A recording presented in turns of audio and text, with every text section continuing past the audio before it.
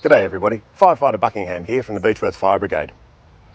Last year my colleague Tom took you through the importance of having an emergency kit for basically a go bag should you need to get out of town quickly.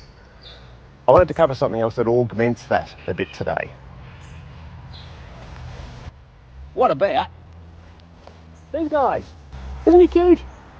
So what I want to cover today is you've looked after the humans if you have to go, and you've got to go back for that. What about these guys? What about your pets? A couple of other things should already be in place. Your pet should be microchipped. If they get away and are found later on, taken to the vet, you can be reunited with your pets. That's really important. They should already be in place. Second thing is they should have a collar. The collar should have a tag, the animal's name and contact numbers. In my case, my wife's number and my number, just in case. You never know. A couple of really important things I want you to think about when it's those catastrophic or extreme days. If you can, as best you can, keep your animals close. We want to see them contained and we want to see them cool with lots of water. May not be as obvious as to why that's the case, but if it gets really bad and you make the point it's time to go, and your pets have been a bit spooked and they've rushed off down the back paddock, you may well be faced with a choice I don't want you to make. Do we leave without the pets? Or do we take half an hour to actually go and find the pets and put them in the car? I don't want you to have to make that choice.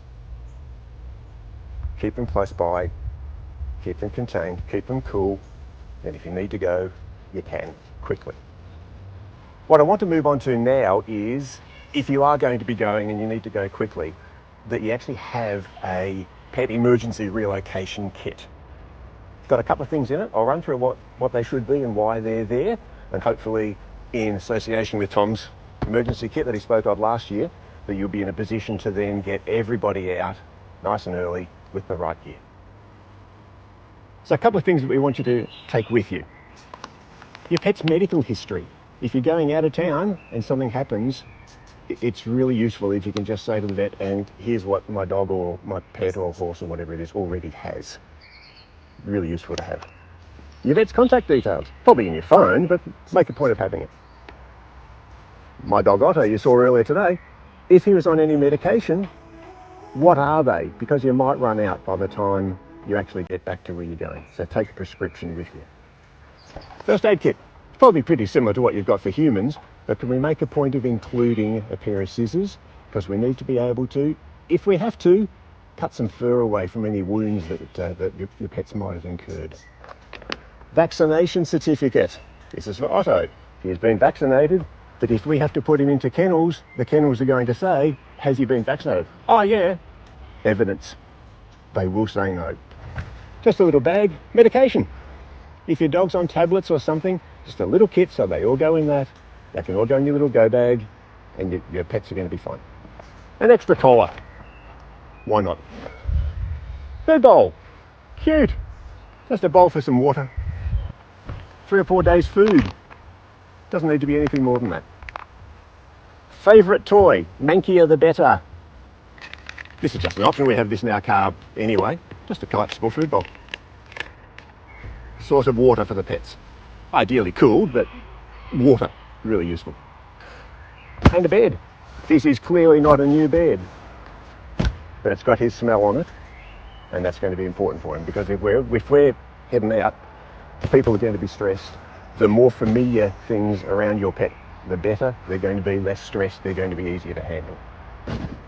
Last thing we'd like you to think about is, if you have to go and you're going now, will everybody fit?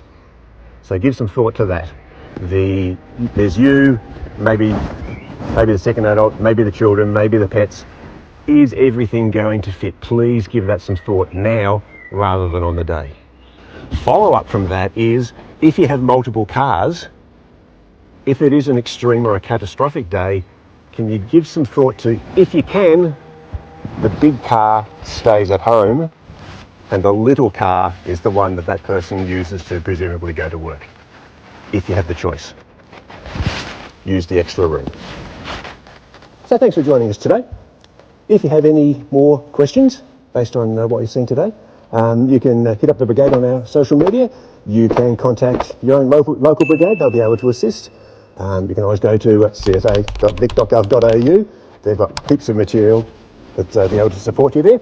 And so, thank you for joining us. Boys getting wriggly.